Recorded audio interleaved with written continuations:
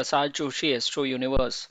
Today we are going to talk about Leo Ascendant and how June 2022 is going to pan out for the Leo Ascendant people. Let us first start with the Ascendant. Ascendant Lord Sun is navigating through the 10th house of career profession and is also joined by the second and 11th Lord Mercury.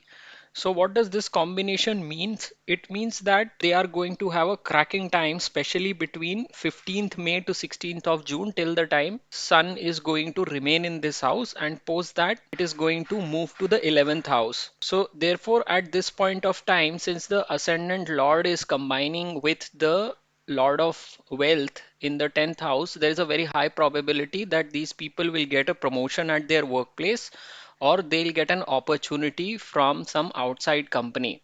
Now, if it is the former case, that is, they are getting promoted within an organization, that should be something that is fine. But if they are getting a job from outside, one has to understand the fact that Leo ascendant is an ascendant which is primarily ruled by the fixed sign. That is because the fixed signs occupy the strongest four houses, the quadrant. The sign falling in the ascendant is fixed, and the sign falling in the 10th house is also fixed. Therefore, you will see that a lot of Leo ascendant people usually don't change their jobs very frequently, and sometimes you will see that they'll change it even for a very petty amount of money because they get bored over a period of time staying in one organization. But usually, these people have a very lengthy tenures in any organization compared to some other ascendants, especially the ones which are in moving signs. In this scenario, they should avoid getting into or changing a new job at this point of time. If they are getting a job within their current organization that is managed by the same set of people that they know, then that's a different story. But changing their jobs at this point of time is certainly not suggested. And in fact, when Saturn eventually moves to their 12th house and they change jobs, they will experience a great discontent at their new place. Therefore, it is suggested that they stick to their current job. Another point is that the fourth house Lord Mars is transitioning through the eighth house. What it means is that there will be some kind of a trouble in their domestic environment till the time Mars is posited in their eighth house. At the same time, Jupiter is also getting in the eighth house during the transit. So fifth house Lord is also in the eighth house. So therefore, if you look at the combination, both the fourth and fifth house lords are getting combined in the eighth house. So domestic environment is going to remain in trouble because of this conjunction. There could be some trouble from kids. If you look at it rationally, even people who deal in the stock markets or have professions which are related to the fifth house. So people in coaching, consulting, guidance, stock market, or even artists, people who are in painting, writing, all of them will experience trouble at the work front.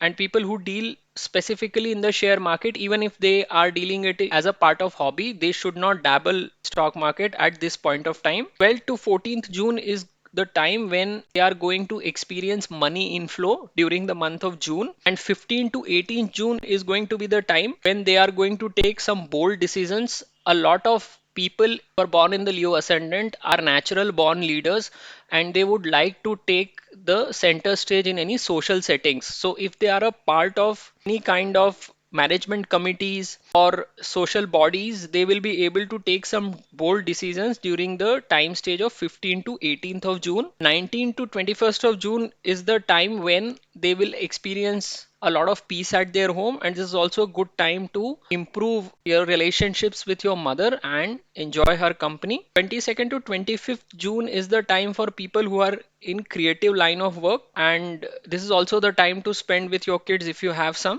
Saturn is also passing through the seventh house. Now what it means is, whenever Saturn is passing through a house, it delays the significations that are related to that particular house, unless you are going through a Saturn MD or AD. In this case, your relationship or rapport with your spouse is going to acquire a routine kind of a nature. You will keep on doing similar kind of a things over a period of time, and your relationship is not going to progress. You will feel that it has become stagnated till the time Saturn is posited in your seventh house. Saturn is also a planet that gives a lot of responsibilities to the people. So in this case, your spouse is going to have extra responsibilities. That will also be a reason that the relationship will get stagnated. The person will not be able to spend adequate time with you. Now, there are also certain dates that we need to watch out for in any month when moon passes through the 6th, 8th, and 12th house from the horoscope. These are the time frames when one should actively avoid taking any kind of a big decision. So if you are getting a new job offer, that is also something that one needs to contemplate, and you should not take those decisions, especially during the time when moon passes through these three houses. So the dates when moon is going to pass through the 6th, 8th, and 12th house are 5th and 6th June, 7th and 26th June, and 27 and 28th June. So these are the dates. I'll repeat again: 5th, 6th, 7th June, 26th, 27, and 28th June. These are the time when you should not take any decision. Otherwise, it will backfire on you. 27th and 28th June is also a day when one needs to be very careful about their health and should not get into any kind of an argument with their friends or their social circle. Overall, this is a good time frame for Leo ascendant people because of the Sun Mercury conjunction in their 10th house, which is going to bring them a lot of laurels at their workplace. So, people who are very career conscious, they will see themselves coming out on the top during the month of June. So, this is how month of June is going to be for Leo ascendant people. If you have liked this video, please do subscribe to my channel, and thank you very much for watching. नमस्ते दोस्तों, मैं प्रसाद जोशी अपने channel Prasad Joshi astro universe में आपका स्वागत करता हूं। आज हम देखने जा रहे हैं कि सिंह लग्न के लोगों के लिए जून 2022 का महीना कैसे होगा।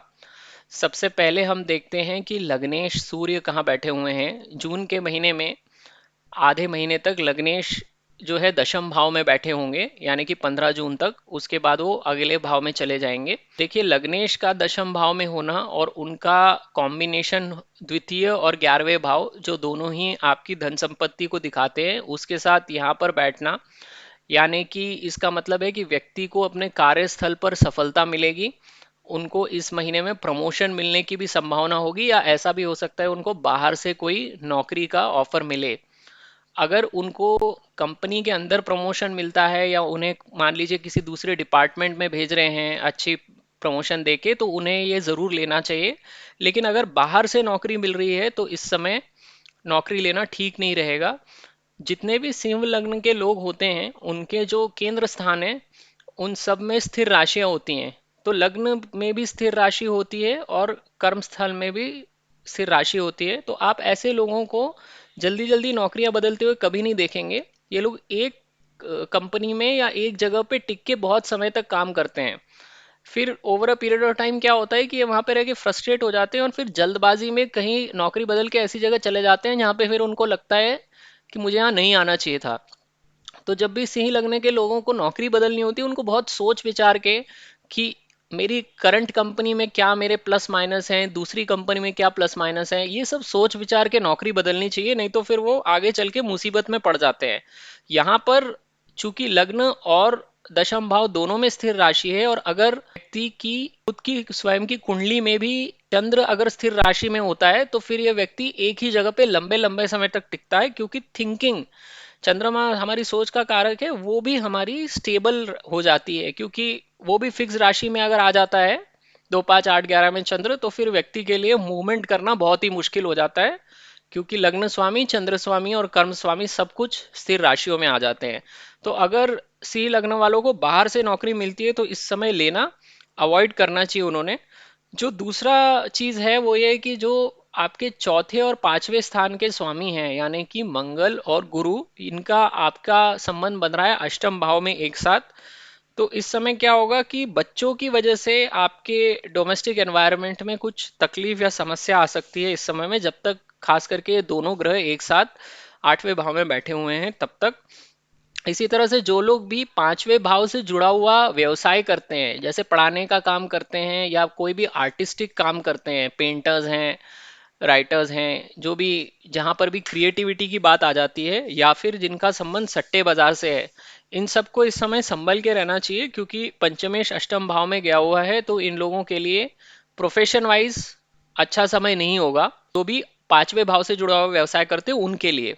अदरवाइज बाकी व्यवसाय के लिए बहुत अच्छा समय रहेगा। इसी तरह से जो लोग शौकिया तौर पर भी शेयर बाजार में वगैरह पैसे लगाते हैं, उनको भी इस महीने में संन्यास ले लेना चाहिए शेयर बाजार में पैसा लगाने से, नहीं तो उनका पैसा पूरी तरीके से डूब जाएगा। आपको अगर तारीखें मैं बताऊं तो 12 से 14 जून जो है आपका सबसे बेस्ट टाइम रहेगा पैसा कमाने के लिए। यहाँ पे आपको अच्छा मनी फ्लो होता हुआ दिखेगा। 15 से 18 जून जो है ये आपका समय है जहां पर आप जो है सोशल तौर पर कोई बहुत अच्छे निर्णय ले पाएंगे। बहुत से सिंह लग्न के लोग जो हैं वो नेचुरल लीडर्स होते हैं। इन लोगों को किसी भी सामाजिक सेटिंग में जाके सेंटर ऑफ अट्रैक्शन बनना बहुत पसंद आता है, और इनको ऐसे लोग मिल भी जाते हैं इनकी वाहवाही करने वाले, चापलूसी करने वाले, क्योंकि लीडर सब लोग नहीं हो सकते, और इनको इस तरह के चापलूस लोग पसंद भी आते हैं, वाहवाही करने वाले। तो सोशल सेटिंग में अगर ये किसी मैनेजमेंट कमेटी के सदस्य हैं या किसी हाउसिंग सोसाइटी में भी आप देखिए कमिटीज बन जाती हैं उसके सदस्य हैं, तो वहां पर ये कुछ अच्छे और बड़े निर्णय ले पाएंगे इस समय में। 19 से 21 जून का समय होगा जब इनको घर पे रहना चाहिए। इनको घर पे बहुत सुकून मिलेगा इन 3 दिनों में, और इनके अपने मदर के साथ भी जैसी ट्यूनिंग है उसमें आप और सुधार कर सकते हैं, उनकी कंपनी एंजॉय कर सकते हैं। 22 से 25 जून का जो समय है, जितने भी लोग पंचम भाव से जुड़े हुए हैं उनके लिए 4 दिन अच्छे रहेंगे। इस समय वो अपने बच्चों से भी कनेक्ट हो पाएंगे। इन 4 दिनों के अलावा जितने भी लोग पांचवें भाव से जुड़ा व्यवसाय करते हैं उनके लिए कुछ समय मुश्किल वाला ही रहेगा, क्योंकि पंचमेश का अष्टम में संबंध बन रहा है चतुर्थेश के साथ। शनि सप्तम भाव में बैठा रहेगा, सो थैंकफुली इन लोगों के लिए शनि सिर्फ 3 महीने यहाँ पर बैठेगा, बाद में वो वापस से मकर में चला जाएगा। जब शनि यहाँ पे बैठा होगा तो जो भी आपका जीवन साथी के साथ जो भी रैपो है वो बहुत रूटीन टाइप का हो जाएगा, क्योंकि शनि यहाँ पर चीज़ों को एक ऑर्डर में करने का काम करेगा। तो और शनि जिम्मेदारियां देने वाला प्लैनेट है, तो जो भी आपका पति या पत्नी होंगे उनके ऊपर काफ़ी जिम्मेदारियां आन पड़ेगी इस समय में, तो वो कार्यों में ही व्यस्त रहेंगे उन जिम्मेदारियों को निभाने में, बजाय आपके साथ समय स्पेंड करने में। तो बहुत ही मोनोटोनस टाइप का आपका इक्वेशन बन जाएगा अपने पति या पत्नी के साथ जब तक शनि यहाँ पर मौजूद है तब तक भी। हर महीने में ऐसी कुछ डेट्स होती है जब आपको सावधान रहना चाहिए या कोई भी डिसीजन लेने से कतराना चाहिए। ये वो समय होता है जब चंद्र हमारे छठवें, आठवें और 12वें भाव से गुजरता है, क्योंकि ये जो भाव होते हैं इनको दूस्थान कहा जाता है।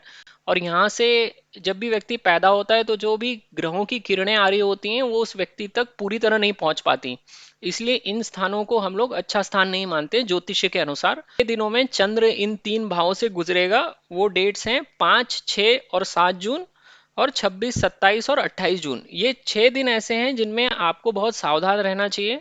कोई निर्णय मत लीजिए इस समय बड़ा वाला, और किसी के साथ झगड़ों में भी मत उलझिए। खास करके 26, 27, 28 ये 3 दिनों में अगर आप किसी के भी साथ वाद विवाद में पड़ते हैं, लड़ाई झगड़ा करते हैं, तो आपका अच्छा खासा नुकसान हो जाएगा। इसलिए इन 6 दिनों में तो आप बिल्कुल शांत बैठे रहिए। अगर आप ओवरऑल देखेंगे तो सिंह लग्न के लिए प्रोफेशन वाइज बहुत अच्छा समय है, क्योंकि इस तरह का कॉम्बिनेशन लग्नेश दशम में होना और साथ में द्वितीय और 11वें भाव का उसके साथ बैठना, ये साफ साफ दिखाता है कि इन लोगों को प्रोफेशन में अपने कार्यस्थल पे अच्छा पैसा मिलेगा और उन्नति होने की या नया नौकरी मिलने की भी संभावना है। ये ओवरऑल भविष्य था सिंह लग्न का। अगर आपको मेरा वीडियो पसंद आया हो तो मेरे चैनल को जरूर सब्सक्राइब कीजिए। ये वीडियो देखने के लिए आपका बहुत बहुत धन्यवाद।